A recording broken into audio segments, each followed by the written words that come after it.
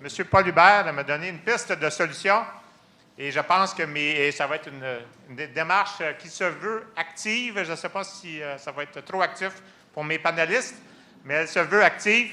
Et je pense que l'idée ici, c'est de faire un retour sur la journée, d'apporter un sommaire et ensuite, bien évidemment,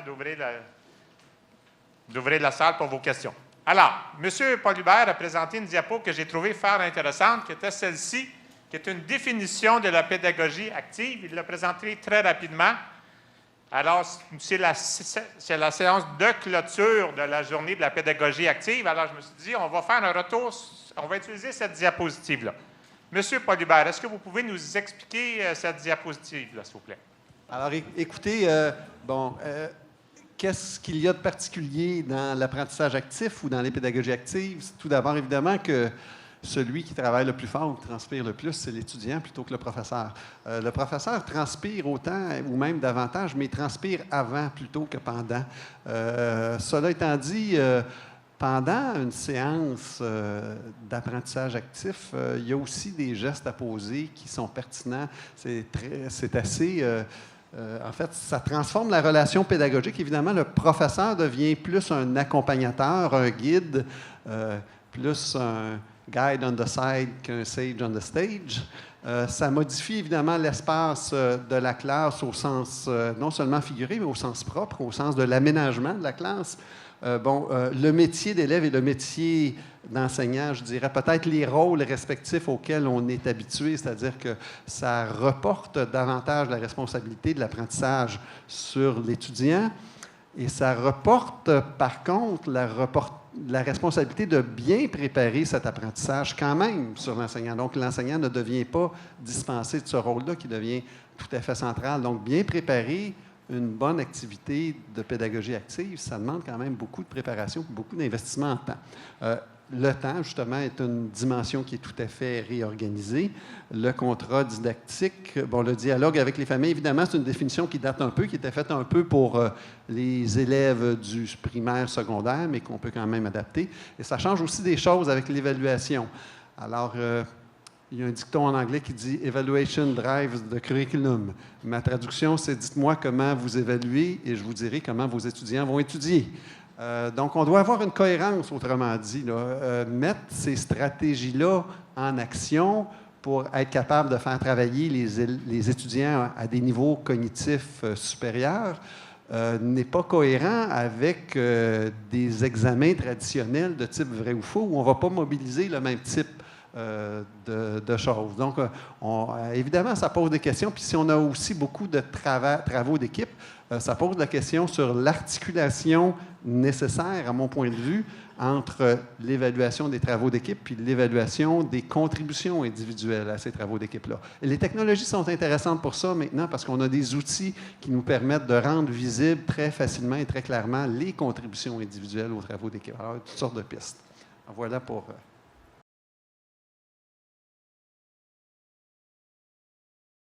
Merci, Bruno. Alors, ma question est à Vicky. Vous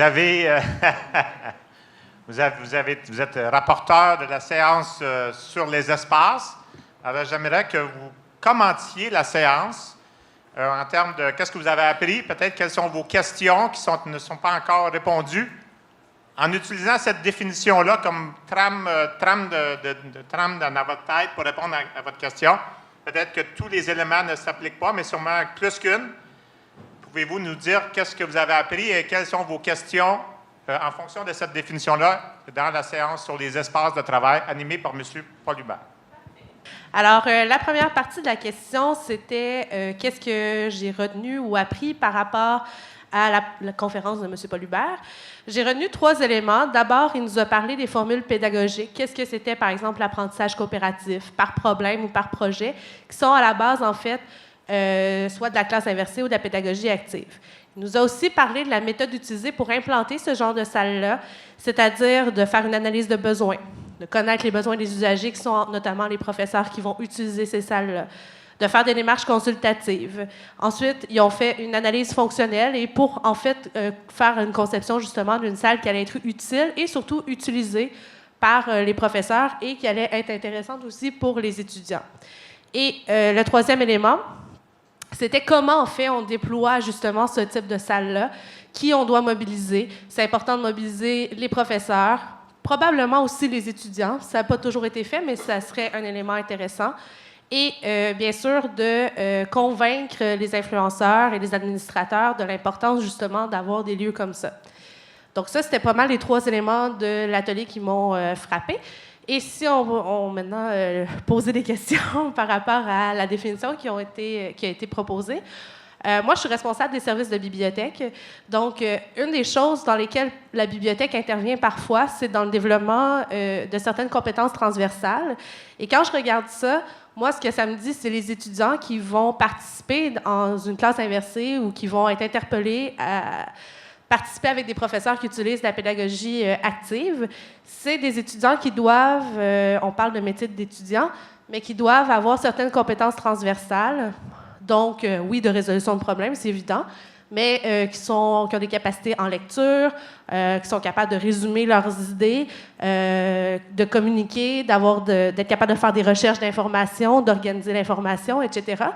Alors, comment, en fait, est-ce qu'on s'attend à ce que les étudiants aient déjà ces compétences-là? Est-ce qu'on les développe dans la classe, en parallèle, les deux? C'est quoi le rôle, en fait, de tous par rapport à ça?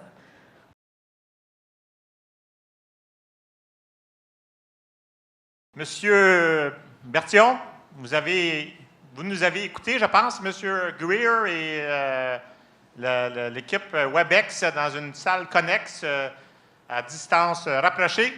Pouvez-vous résumer cette session-là en fonction de la définition en arrière? Alors, disons que je vais le reprendre différemment. Ça va être plus facile. Disons, il me semble que cette séance-là, puis les autres séances aussi auxquelles j'ai assisté, soulevaient des questions beaucoup plus fondamentales sur, en fait, les dimensions philosophiques de l'enseignement supérieur, la conception de l'enseignement supérieur, le rôle de l'enseignant, le rôle de l'étudiant, le rôle des décideurs politiques aussi dans les moyens qu'on met à disposition. L'exemple, justement, de ce matin, c'était assez intéressant parce qu'on a vu à quelques reprises que la technologie n'est pas toujours hyper malléable. On a envie que ça fonctionne parfaitement et puis des fois, il y a un petit glitch. À un moment, il manque le son à un endroit, l'image, on perd l'image, ça revient. Donc, on nous lance beaucoup de discours au niveau des politiques sur le fait qu'il faut intégrer le e-learning, l'électronique dans tout ce qu'on fait. D'accord, mais qu'on nous donne les moyens pour le faire aussi. Et puis, il y a aussi les conceptions à l'égard de tout ce que l'on fait, ce que j'appellerais les parents, c'est-à-dire les gens qui ne sont pas à l'université durant la journée, mais qui ont une opinion sur ce qui devrait s'y passer. Qui payent les études de leurs enfants, qui en fait votent lors des élections et qui sont d'accord ou non faire augmenter les frais de scolarité, des trucs comme ça. Et en fait, on se réalise peut-être pas, mais depuis 1980, il y a eu énormément de changements dans l'enseignement supérieur. Nous qui sommes dedans, avec l'approche un peu nez dans le guidon, on ne voit pas l'évolution qu'il y a eu, mais quand on prend un peu d'altitude et qu'on regarde tout ce qui a changé, je pense que l'exemple de ce matin est assez intéressant, c'est-à-dire qu'on peut faire une classe à distance, on peut faire une classe en disant c'est pas juste le prof qui a des choses intéressantes à dire, c'est les participants qui ont des choses intéressantes à dire, partir de ce qu'ils ont comme besoin pour construire nos formations, et puis convaincre les gens que la formation, c'est pas juste unidirectionnel et avec des personnes qui savent ce qu'il faut dire aux autres. Mais ça, je pense qu'on l'a vu dans les questions aussi qui ont été posées à divers moments durant la matinée, ça demande énormément d'évolution de nos visions de l'enseignement, de l'apprentissage, de la fonction sociale, économique, politique de l'enseignement supérieur aussi.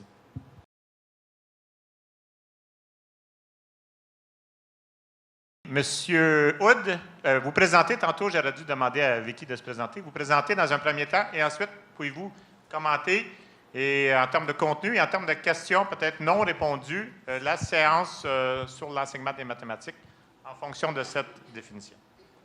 Michel Hood, chargé de cours LogTI.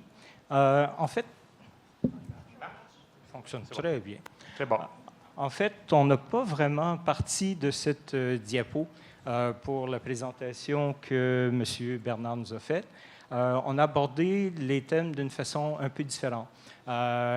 Initialement, on a eu une vidéo à laquelle qu'on a tous vu, où on voyait M. Bernard avec un paquet d'étudiants, donc qui circulait de groupe en groupe de travail. Moi, ça m'a beaucoup perturbé, cette vidéo-là. Je n'ai pas vu personne sur Facebook, je n'ai pas l'habitude de voir ça. Alors, ça m'a bien ennuyé. On a demandé à M. Bernard, mais pourquoi est-ce que vous en êtes venu à passer à cette façon de faire des cours? Puis, un des motivateurs principaux, ça a été d'arrêter le nivellement par le bas. Ce qu'il constatait, et ce qu'on constate aussi, c'est que de session en session, souvent, il faut couper du matériel parce qu'on n'a pas le temps de voir tout le matériel. Et puis, en changeant l'attribution du matériel enseigné dans les heures d'enseignement, il a été possible de faire ça. C'est-à-dire que les étudiants, en théorie, sont supposés arriver en classe préparés. Je ne sais pas si vous voyez qu'ils sont très préparés quand ils arrivent dans vos classes. Moi, je ne le vois pas nécessairement. Même chose pour M. Bernard. Et puis, ce qu'il a fait, c'est qu'avec le principe de classe inversée, il force les étudiants à prendre connaissance du matériel à voir en classe avant qu'ils n'arrivent en classe. En fait, il est même allé jusqu'à interdire l'entrée des étudiants qui n'avaient pas vu le matériel au cours. D'une façon très créative. Et puis, à ce moment-là, ça fait en sorte que les étudiants, lorsqu'ils arrivent, sont déjà mieux préparés et qu'il est possible d'utiliser le temps d'enseignement non pas pour répéter des choses qui sont déjà dans les diapos, les notes de cours, mais de les utiliser pour faire plus de coaching. Donc, une présence très active avec les étudiants, puis voir à les aider à solutionner des problèmes. Une façon qui aide beaucoup cette solution de problème, c'est de réorganiser un peu le mobilier, faire en sorte que les gens soient autour d'une même table, se voient déjà, ça commence bien, de façon à ce qu'ils travaillent en groupe. Et puis, si jamais il y en a d'un groupe qui se sentent plus en vacances qu'en session, bien à ce moment-là, la pression des pairs fait en sorte que ces gens reviennent dans leur rang assez rapidement. Outre cela, je crois que c'est pas mal l'essentiel. Est-ce qu'il y a des participants qui ont pensé à des choses que je n'ai pas couvertes ou M. Bernard, est-ce qu'il y a des choses que j'ai oubliées?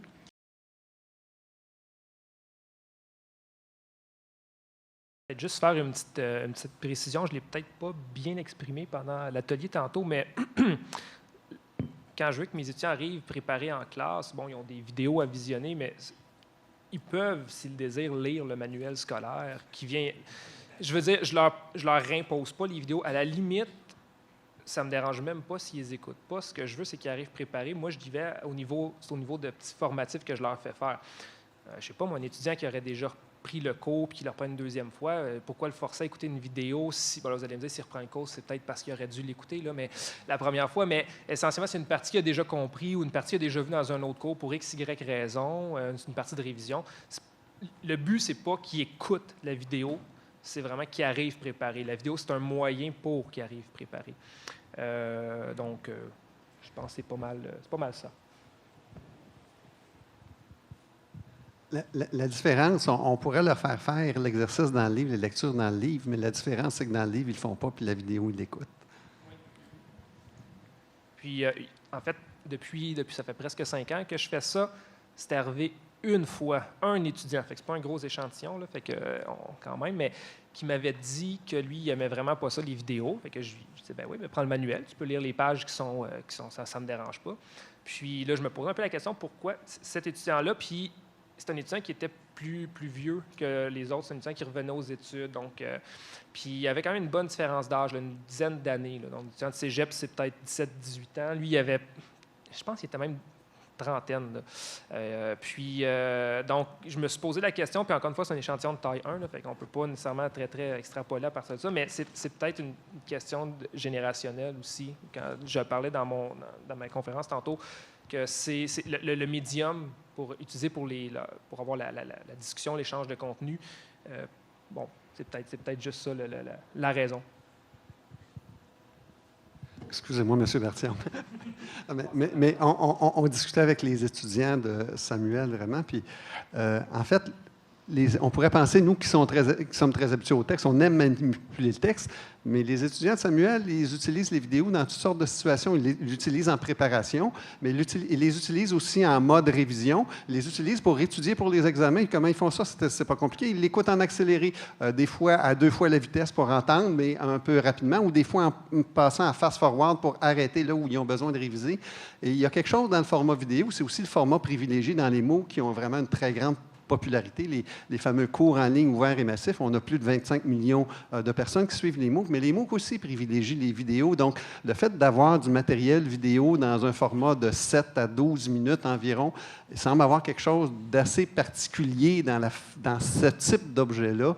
Je vous invite à regarder les statistiques de fréquentation de Khan Academy si vous avez besoin d'être convaincu. Mais il y a quelque chose de particulier dans le format vidéo qui semble être utilisé de manière très diverse. Donc, quand je discutais avec les étudiants de Samuel, j'étais quand même surpris de la diversité des usages. Donc, en plus de faire ce que Samuel leur demande, ils utilisent les vidéos de toutes sortes de manières et à toutes sortes de sauces. Voilà. Mais je peux peut-être faire du pouce sur quelques éléments qu'il y a en arrière, parce que je voyais en fait, la relation pédagogique, là, clairement, elle change. Moi, je connais vraiment beaucoup mieux mes étudiants depuis que j'enseigne dans cette façon-là, parce qu'il y a beaucoup plus d'interaction 1 à 1. Donc, puis c'est... Dans certaines situations, des fois, il y a des étudiants qui vivent des situations pas faciles non plus à la maison ou dans leur vie en général. Depuis que j'enseigne de cette façon-là, je ne sais pas pourquoi, mais en fait, j'ai un doute, là, mais vu que la relation avec les étudiants est meilleure, des fois, il y en a qui viennent carrément se confier des choses à moi. Voilà. Fait que, mais puis des fois aussi, ça permet de désamorcer des situations. Des fois, c'est des situations de grand stress. Là. Bon, les étudiants, c'est la même chose ici. Là, quand il arrive la mi-session ou la fin de session, tout arrive en même temps. Puis, il y en a beaucoup plus qui viennent à mon bureau se confier, puis justement, ça permet de désamorcer les situations. Donc, ça, c'est quand même assez intéressant. J'ai même été obligé, de faire un câlin à une personne l'autre fois, parce que la personne elle s'est effondrée en larmes. J'ai demandé si elle voulait un câlin. Elle a dit oui, ça l'a réconforté. Fait que, voilà. Ou sinon, la partie que je voulais voir, c'est peut-être le contrat didactique. Si vous changez votre façon de faire, vos étudiants, puis ça parle du métier d'étudiant, là, vos étudiants, la job, ils la connaissent, ils savent. Ils arrivent en classe, s'assoient, prennent des notes, retournent à la maison, font ce qu'ils ont à faire, ils reviennent, puis ça... Bon. Si on change la façon de faire, il faut leur expliquer pourquoi. Moi, à chaque début de session, je prends le temps, je prends 15 minutes pour leur expliquer pourquoi je fais ça, c'est quoi les avantages, c'est quoi le trade-off. Donc, je leur dis, vous allez devoir travailler à la maison, vous n'aurez pas le choix. Si vous ne voulez pas faire les heures à la maison, vous n'êtes pas dans le bon cours, ça ne fonctionnera pas. En tout cas, vous augmentez grandement vos chances d'échouer. Puis je leur explique pourquoi je le fais. Donc, je présente les taux de réussite, j'explique qu'est-ce qu'on fait de différent, pourquoi c'est mieux. Puis, en faisant ça, quand ils rentrent dans une classe d'apprentissage actif, là, c'est spécial. Là. Ils n'ont jamais vu ça, ou en tout cas très peu. Donc, vraiment leur expliquer la raison didactique. Pour moi, c'est assez essentiel. Étant donné que je l'ai toujours fait, je ne peux pas parler par expérience, mais je soupçonne que ça désamorce plusieurs crises ou contestations éventuelles.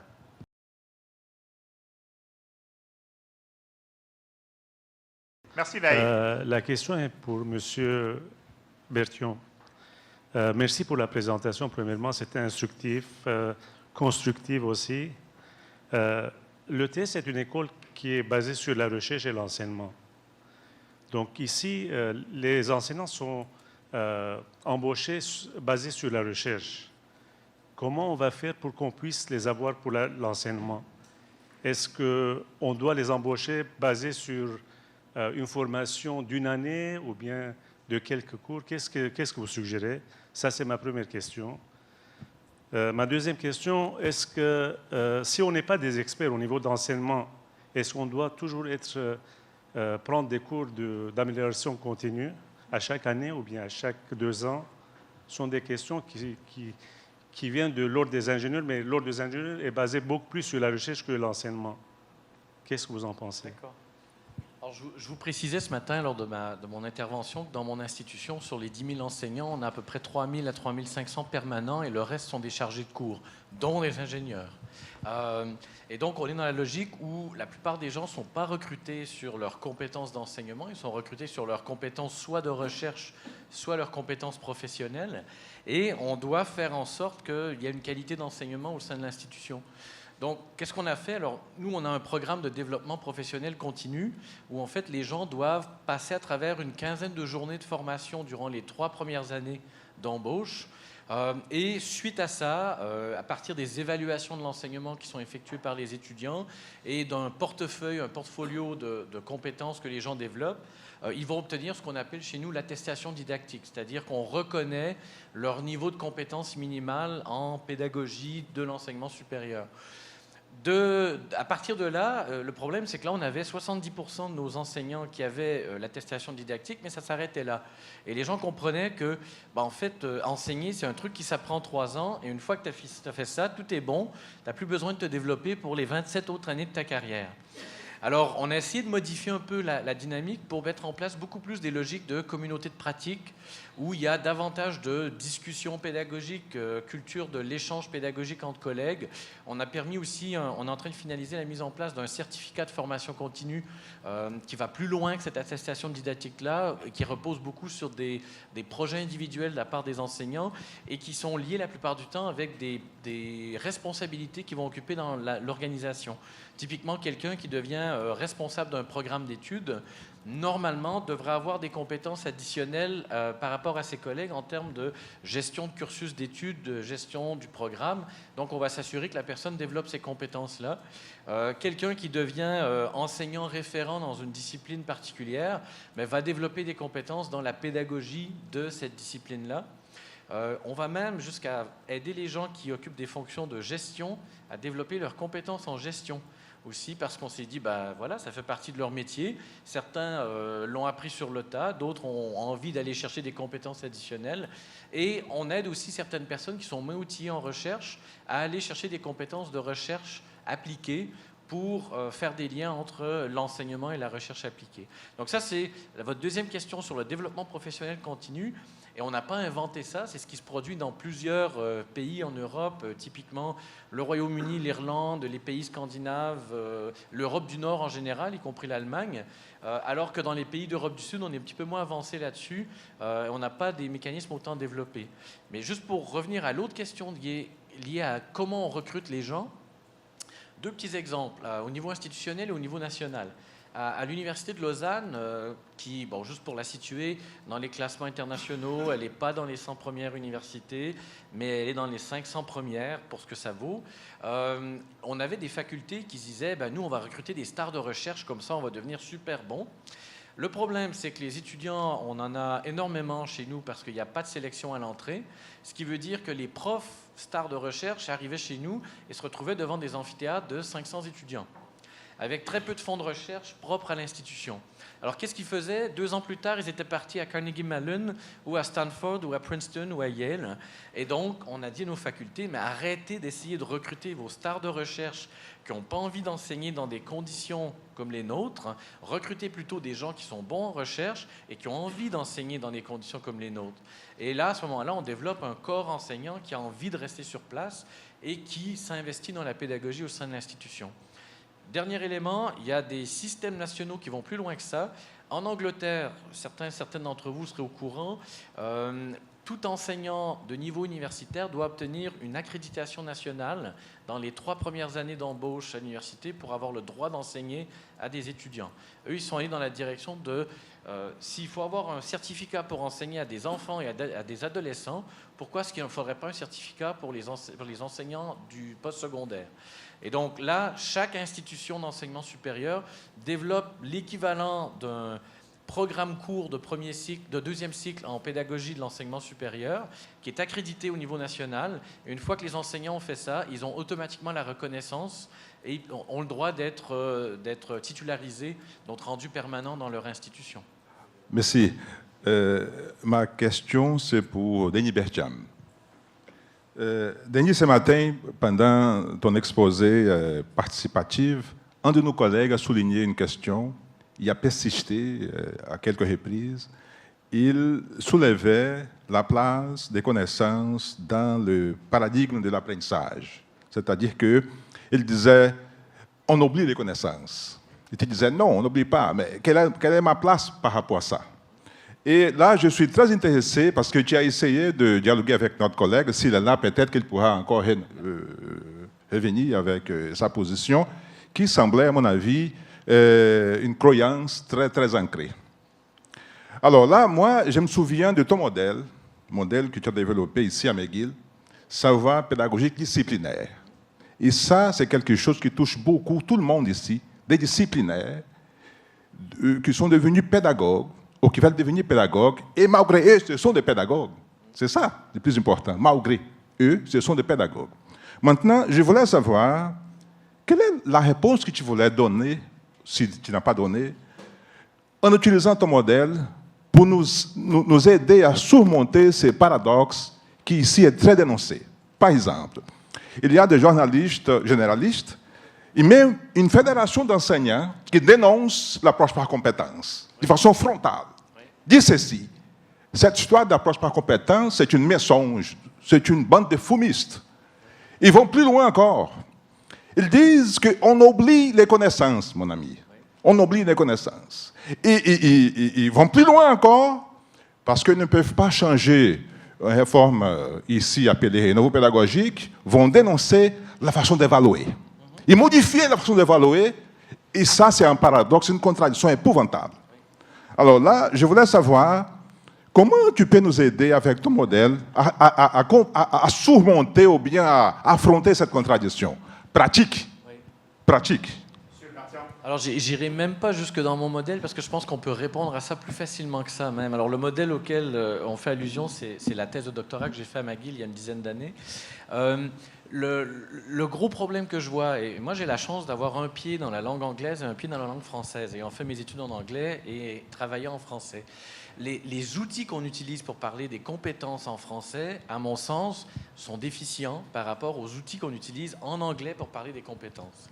Les outils qu'on utilise en français, très souvent, se réfèrent à des notions comme savoir, savoir-être, savoir-faire. 3 trucs où on superpose un peu les machins, on dit si c'est des savoirs, c'est pas des savoir-faire, si c'est des savoir-faire, c'est pas des savoirs. Chez les anglo-saxons, on fonctionne plutôt sur un truc à 2 dimensions, où on va travailler sur ce qu'on va appeler le domaine de l'apprentissage. Est-ce que c'est intellectuel? Est-ce que c'est psychomoteur, physique? Est-ce que c'est socio-affectif? Et à ça, on va rajouter des dimensions de profondeur. Et ce que ça fait, c'est qu'en français, on a tendance à opposer connaissances et compétences, savoir et savoir-faire, alors que chez les anglo-saxons, c'est 2 extrêmes d'un continuum. Et en fait, des compétences, c'est quoi? C'est être capable de mobiliser des connaissances. Ce qui veut dire que si je travaille dans une approche par compétences, indirectement, mes connaissances sont couvertes dans ce que je vais faire. Et on ne les exclut pas. Sauf que si je suis dans une logique de savoir, savoir-faire, très souvent, les gens ont tendance à dire si je travaille sur des savoir-faire, je ne parle plus des savoirs. Et c'est là, à mon sens, qu'il y a un léger souci de compréhension de ces outils-là. Peut-être que, et là, c'est un mea culpa pour nous, les sciences de l'éducation, peut-être qu'on n'a pas fait un très bon travail de convaincre les gens ou de leur expliquer la subtilité du truc pour qu'ils n'aient pas une vision binaire de connaissances versus compétences. Mais plutôt, quand on parle de compétences, les gens comprennent qu'on parle de l'utilisation de connaissances dans des situations complexes, authentiques, et ainsi de suite, et que donc la connaissance, elle est là, de toute façon. Ça répond à ta question?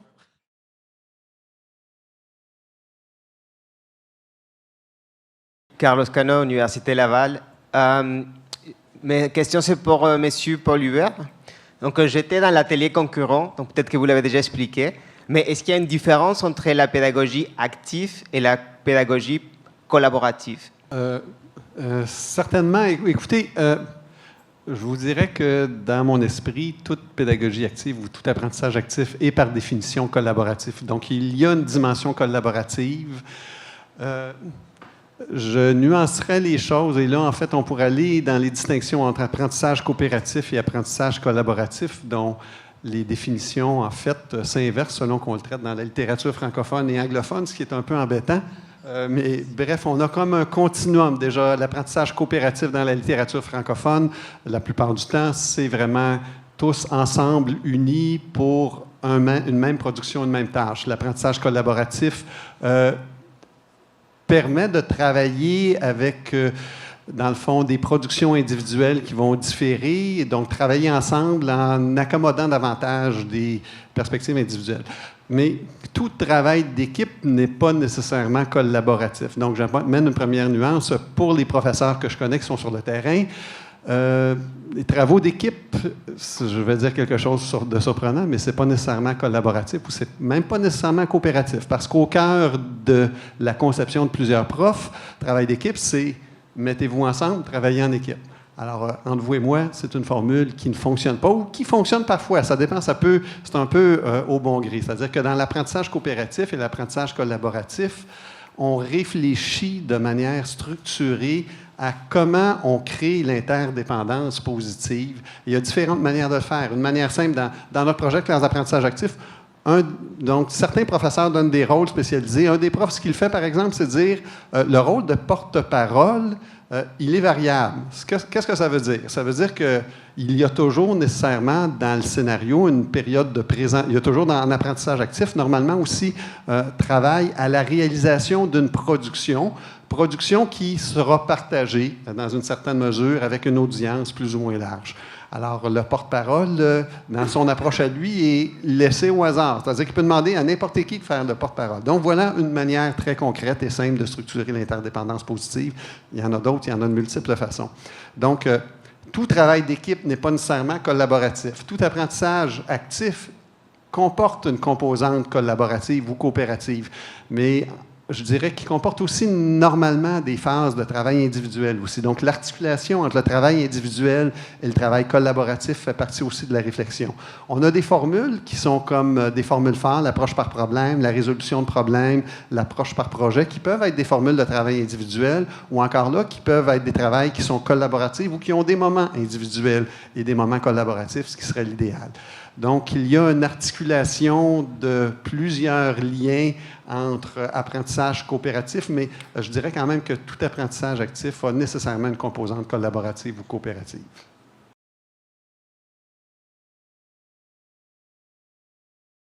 Éric Bélanger à Polytechnique Montréal, chargé de cours. Donc, j'ai deux citations de Marshall McLuhan qui me sont venues en tête au fil de la journée. La première, c'est le médium est le message. Je pense qu'on est en plein là-dedans avec cette histoire de capsule vidéo qui remplace le textbook et compagnie. Donc, je pense que ça, c'est une vieille citation, mais qui est encore très d'actualité. L'autre phrase qui me parle beaucoup aujourd'hui de son œuvre, c'est on avance dans le futur à reculons en regardant dans un rétroviseur. Est-ce que ce qu'on est en train de vivre en ce moment, juste si on pense au fait qu'il y a un robot qui va être disponible commercialement en 2017, qui va pouvoir faire 2000 recettes de cuisine facilement, le Google Car qui est déjà testé sur des millions de kilomètres, qui fonctionne sans passage, sans pilote dans la voiture, et plein d'autres exemples comme ça. Est-ce que la désuétude accélérée des profs, est-ce que c'est ça qu'on est en train un peu de discuter aujourd'hui sans le dire vraiment? Puis est-ce que notre tentative de dire on va prendre un autre médium, la capsule vidéo, on n'est pas en train de dire on va alimenter le truc, mais un peu d'une manière déjà dépassée? Alors, c'est assez intéressant ce que vous dites parce qu'on l'a entendu un peu aujourd'hui par diverses questions sur le fait que, oui, mais bon, les étudiants, ils ont beaucoup changé. En fait, les étudiants, ils n'ont pas changé. C'est qu'on a beaucoup plus d'étudiants qu'avant et donc ils sont beaucoup plus variés. Si vous regardez, depuis 1980, on a environ quadruplé, sinon quintuplé, les effectifs étudiants en Occident. La population des pays d'Occident n'a pas quadruplé ou quintuplé. Ce qui veut dire qu'on ratisse de plus en plus large. Le profil de l'étudiant des années 70 qui aimait bien lire un bouquin parce qu'il ou elle avait envie de devenir professeur d'université, c'est plus la majorité de nos étudiants. Aujourd'hui, ça représente moins de 3-4% d'une classe de première année de bac. Donc, on a, en fait, le système a énormément de difficultés à évoluer parce que qui est-ce qui enseigne dans les instituts d'enseignement supérieur? C'est ces 3 à 4%-là qui étaient les meilleurs d'une classe d'âge, qui eux se disent « mais je comprends pas, ça fonctionnait bien pour moi, pourquoi est-ce que ça fonctionnerait pas pour les autres aujourd'hui ?»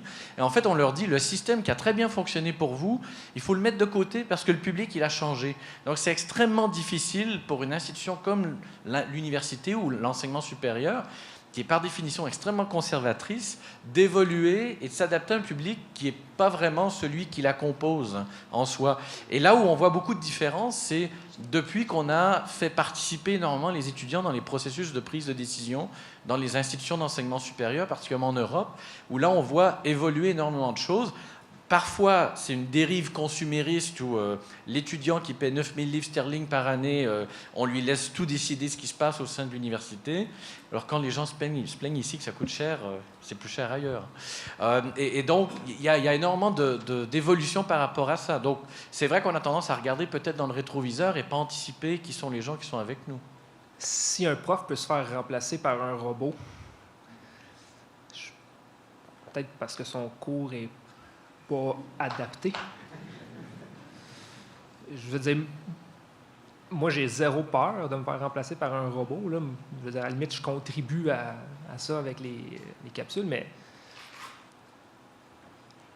un bon cours, à mes yeux, c'est tellement plus que l'échange d'informations, que ce soit contenu ou whatever. La partie affective est quand même assez importante. Et je ne suis pas encore convaincu que les robots vont réussir à nous donner ce côté-là. Surtout pour le câlin. Exact. Ouais, c'est ça. Moi, me faire câliner par un robot, j'aurais peur tout d'un coup qu'il bug au moment qu'il me fait un câlin. Donc, non, ça m'inquiète. Ça m'inquiète pas. Puis de toute façon, cette question-là, on me la pose souvent, puis ah oui, moi, je regarde mes affaires, puis tout pourrait être remplacé par un robot. Ben, Colin, qu'on te remplace. Je veux dire, j'y crois pas, moi, au fait qu'un cours... Il y a une relation entre professeur et étudiant que ça, un robot pourra jamais remplacer. La discussion, l'expertise du professeur, OK, oui, on pourrait toujours downloader la mémoire de quelqu'un dans un... Bon, éventuellement, j'imagine, mais... J'ai vraiment beaucoup de misère à voir ça. Moi, je regarde mes classes, je regarde comment on fonctionne, puis ça pourrait être encore amélioré, mais je suis convaincu qu'un robot ne ferait pas de meilleur job que moi. Je vais juste rajouter un commentaire. Vous irez voir le film 15 minutes, Human Need Not Apply. On en reparlera après. C'est correct. Monsieur Polibert? Bien, je vais aller dans le sens de Samuel, un peu pas mal. J'avoue aussi avoir peut-être certains doutes. L'idée que les professeurs pourraient ou risquaient d'être remplacés par la technologie est là depuis la naissance de la formation à distance il y a plus d'une centaine d'années. Là, on a toujours eu peur de ça et on dirait qu'on a plus peur de ça. Jusqu'à présent, ça ne s'est jamais avéré. Les nouvelles formules de formation à distance ont redéfini par contre le format, c'est-à-dire ce qu'un professeur fait en formation à distance est différent de ce qu'il va faire en présent. On n'a pas moins besoin, en réalité, on a plus besoin, puis on a des rôles qui se différencient, on a des rôles de concepteurs de la formation, on a des rôles d'encadrement, donc on a des spécialisations qui se développent. En gros, ça ne fait pas moins de travail pour les professeurs, ça fait un travail différent pour davantage de personnes. Donc, par rapport au format, moi, ça me pose deux questions. Premièrement, ça m'amène une question que je vous renvoie. La question que je vous renvoie, c'est où réside vraiment votre expertise? Où réside ce que vous connaissez qui est très difficile à remplacer par la machine, par le robot? Et ceux qui pensent que c'est dans l'enseignement de la théorie ou la démonstration des preuves mathématiques, alors vous êtes dans l'erreur. Désolé, je vais vous contredire tout de suite. Un étudiant qui a la possibilité de visionner sur la vidéo une preuve qui est bien faite, a la possibilité de la revoir. J'ai déjà été étudiant en sciences de la nature au cégep et évidemment, quand les profs de maths faisaient la démonstration au tableau, c'était facile à suivre, ça allait bien. Qu'ensuite, après, à la maison, quand on arrivait pour nous-mêmes pouvoir faire les différentes étapes de cette preuve-là, ça allait bien pour les 2-3 premières lignes. À la ligne 4, 5 ou 6, quand on était chanceux, là, ça commençait à se corser, puis oups, ça ne marchait plus. Donc, où réside? La réponse, les connaissances déclaratives, les connaissances théoriques, les connaissances procédurales, c'est relativement facile à enseigner. On sait bien comment enseigner ça. Ce sont des éléments qu'on peut assez facilement transposer en vidéo. Mais l'expertise de la recherche nous dit, c'est quoi l'expertise? C'est les connaissances conditionnelles. C'est d'être capable de savoir quand et comment appliquer à la fois les connaissances théoriques et les procédures. Non seulement quand et comment les appliquer, comment les modifier, les moduler en cours d'action en fonction de la réalité qui se présente, de la situation, des différents paramètres, de créer des nouvelles solutions qui n'avaient pas nécessairement été prévues. Et ça, je vois très difficilement comment on peut utiliser la technologie pour remplacer ça. En fait, il va falloir que ça se développe beaucoup et que l'intelligence artificielle se développe énormément pour qu'on pense peut-être remplacer. Là où j'ai un petit questionnement quand même avec les mots, quand je vois qu'on a je ne sais pas combien de centaines de milliers d'étudiants qui suivent un cours universitaire d'introduction à la statistique en psychologie, introduction à la statistique en sociologie, dans je ne sais pas combien de versions du cours. Alors, j'avoue qu'avec les mots notamment, mais oui, je m'interroge sur le réel besoin qu'on a d'avoir des dizaines de milliers de versions différentes de ces cours-là. C'est une interrogation et là, il y a peut-être... je dirais que dans ce questionnement-là, je pense qu'il y a peut-être un peu de mou. Et je ne sais pas moi-même quelle est la réponse, mais voilà.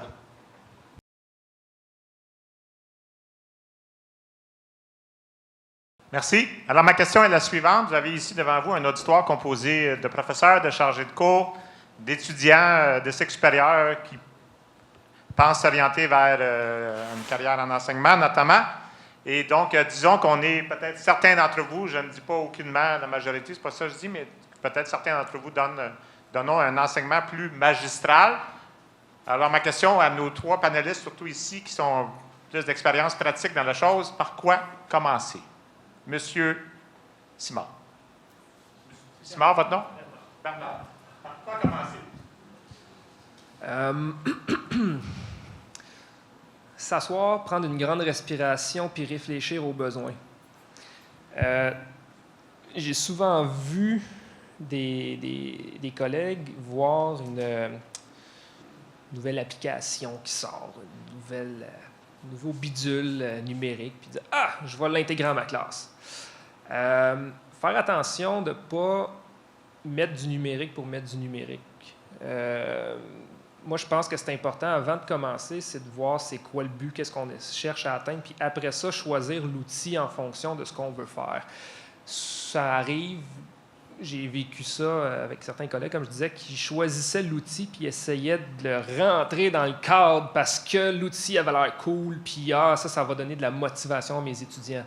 Non, ça, c'est il faut toujours que l'outil soit au service de la pédagogie, puis pas l'inverse. Ça, pour moi, c'est primordial. Si l'outil apporte zéro, pourquoi l'utiliser? Pourquoi se donner de la peine de changer pour changer? Là, je veux dire, il faut que ça l'apporte quelque chose. Donc, je vous dirais, mon conseil, prenez une grande respiration, réfléchissez bien à vos besoins et laissez-vous pas ébahir par les nouvelles applications qui sortent. Par contre, c'est bien d'avoir un petit endroit où on les garde quand même en tête. Parce qu'éventuellement, en cogitant, des fois, on se dit « Ah oui, c'est vrai, là, pourrait être utile pour tel truc », mais pas se lancer aveuglément à cause d'un outil. M. Bertillon? Alors, je dirais, c'est en parallèle, je pense, avec ça, faites l'inventaire des compétences que vous avez déjà et des compétences que vous devriez probablement acquérir, développer dans les années qui suivent. Et là, petite mise en garde, attention au syndrome de l'incompétence inconsciente, c'est-à-dire quand on ne sait pas qu'on ne sait pas, et parce qu'on ne sait pas qu'on ne sait pas, on croit qu'on sait. C'est-à-dire, oh ben non, l'interactivité, ça ne se fait pas à 30 personnes parce que moi, je ne suis pas capable de le faire. En fait, je ne sais pas comment le faire, donc je suis en train de me dire que ce n'est pas possible de le faire. Donc, en fait, être au clair sur ce que vous savez en matière d'enseignement, et puis de dire, moi j'ai envie de développer des choses, qu'est-ce que je pourrais l'acquérir? Puis faites-vous un plan de développement professionnel, votre carrière, elle aura quoi, 30 ans, 35 ans, 40 ans? Vous n'avez pas besoin de tout apprendre la première ou les 2 premières années. Prenez le temps de développer les choses et devenez à l'aise avec les différents éléments au fur et à mesure que vous avancez. Merci, M. Bertillon. M. Polibert? Alors moi, je vais vous donner un conseil. Je vais vous donner 2 conseils et vous choisissez celui qui convient à votre personnalité. Mon meilleur conseil est celui que je ne suivrais pas moi-même à cause de ma personnalité. Donc, mon meilleur conseil serait d'y aller avec une approche. En fait, on a le concept de niveau de risque. Donc, mon meilleur conseil, mon conseil le plus prudent serait d'y aller avec... en fait, avec des activités collaboratives peu risquées. Vous faites déjà de l'enseignement magistral, de ponctuer vos activités magistrales avec des scripts coopératifs. C'est quoi un script coopératif? On en a fait un en début d'activité. En fait, le script que j'utilisais, on n'avait pas beaucoup de temps. Normalement, c'est le Think, Pair, Share ou le 1, 2, 3 ou le 1, 2, 4. Normalement, j'aurais pris les équipes de 2, j'aurais fait des équipes de 4. Donc, on peut réutiliser ça à plusieurs sources. Donc, d'avoir des moments d'interactivité que vous incorporez dans vos présentations magistrales. Les scripts, il y en a qui peuvent être très courts, qui peuvent prendre, il y a le boss session, ça prend 1 minute, 2 minutes. Donc, voilà une manière facile et surtout prudente. Voilà mon premier conseil, celui que je ne suivrai pas. Mon deuxième conseil, que vous suivrez à vos risques et périls, si vous avez une personnalité aventureuse, est de réfléchir à des éléments vraiment sur lesquels vous pourriez donner beaucoup de contrôle à vos étudiants. Et je vous dirais, donnez-leur beaucoup de contrôle pour les compétences les plus élevées que vous pouvez imaginer dans votre cours. Donnez-leur beaucoup de marge de manœuvre et peut-être que vous serez très surpris. Mais c'est une approche risquée. Je me suis déjà... Ça n'a pas toujours été un succès, mais ça a parfois été des succès surprenants. C'est-à-dire que dans cette approche-là, parfois, les travaux que me rendaient les étudiants dépassaient encore les attentes que j'avais qui... en regardant dans le rétroviseur, m'apparaissent maintenant tout à fait irréalistes par rapport au cours. Et pourtant, les étudiants m'ont non seulement donné tout ce que j'avais demandé, mais même beaucoup plus. Voilà.